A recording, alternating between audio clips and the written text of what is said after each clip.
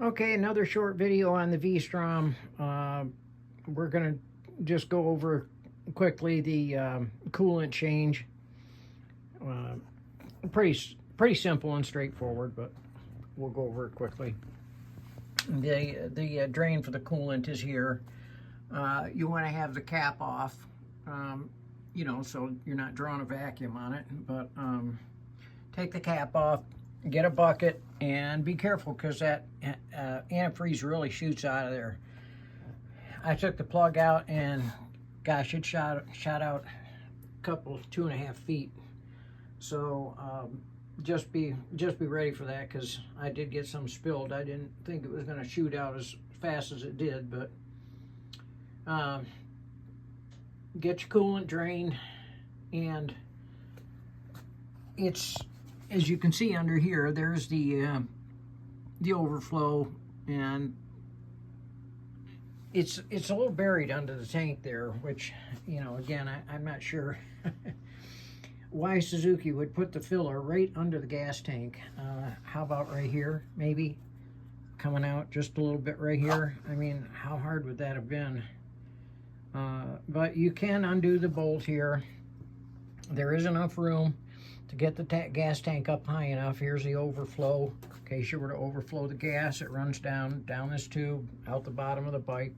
There is enough fuel line there that you can get the tank up high enough. And of course, as I said, take the bolt out here. There is enough fuel line. The fuel line snaps into the bottom of the tank here. And you know, there's enough fuel line where you can get this tank up high enough.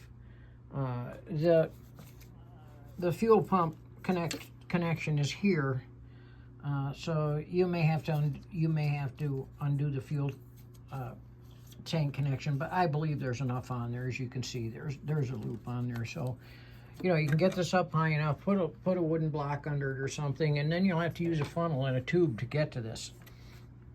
Otherwise, just take the whole tank off. I mean, it's like I said, I just don't.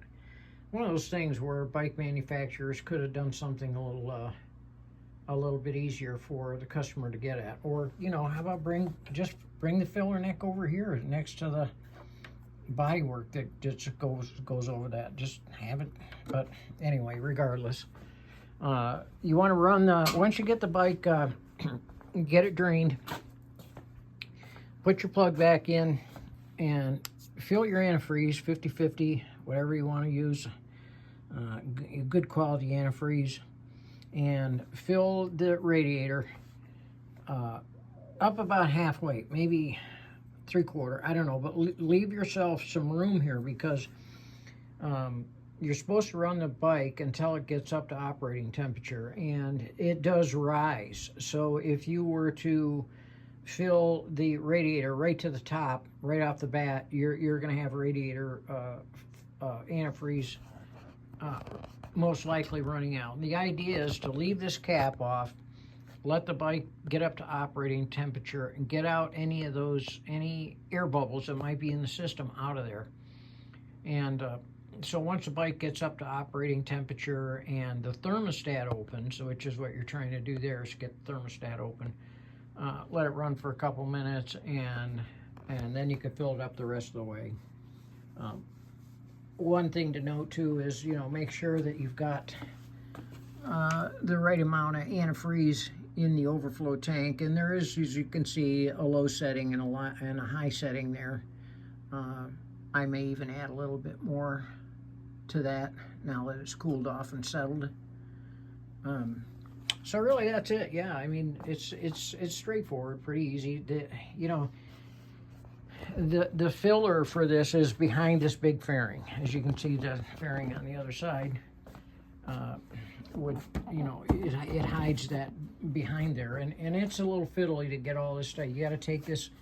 You have to take the lower cowl piece off here in order to get that side piece off. And there's just a bunch of little teeny fasteners everywhere. It's kind of a pain, you know.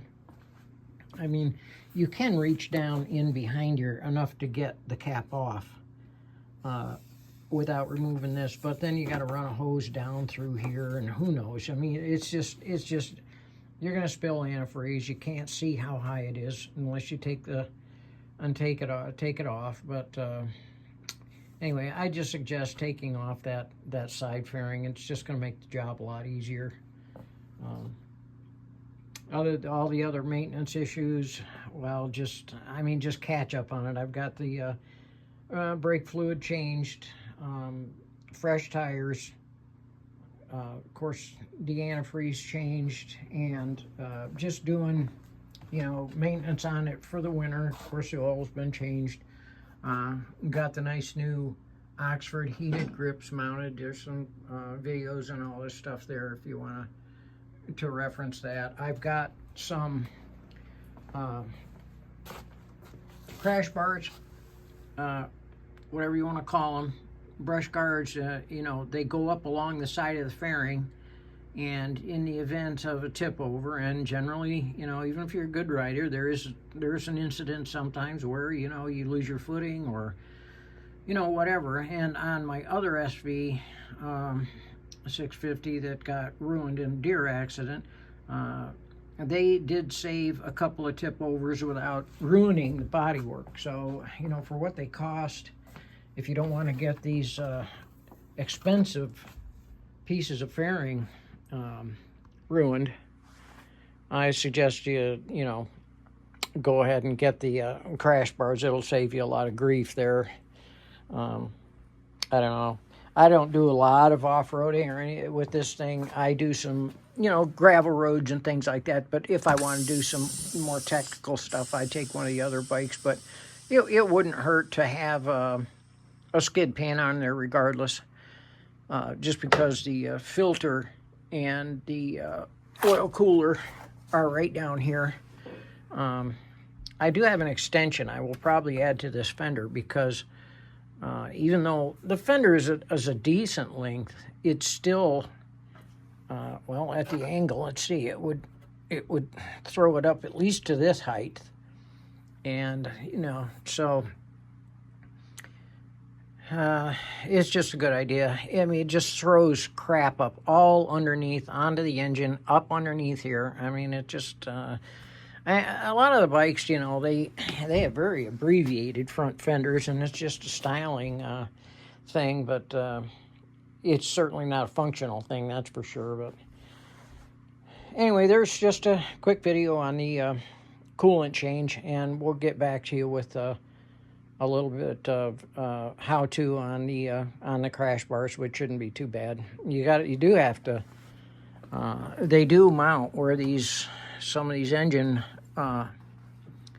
bolts are here, so we'll see about that. There's some things to do there, but anyway, thanks for watching. Hope everybody's having a good day.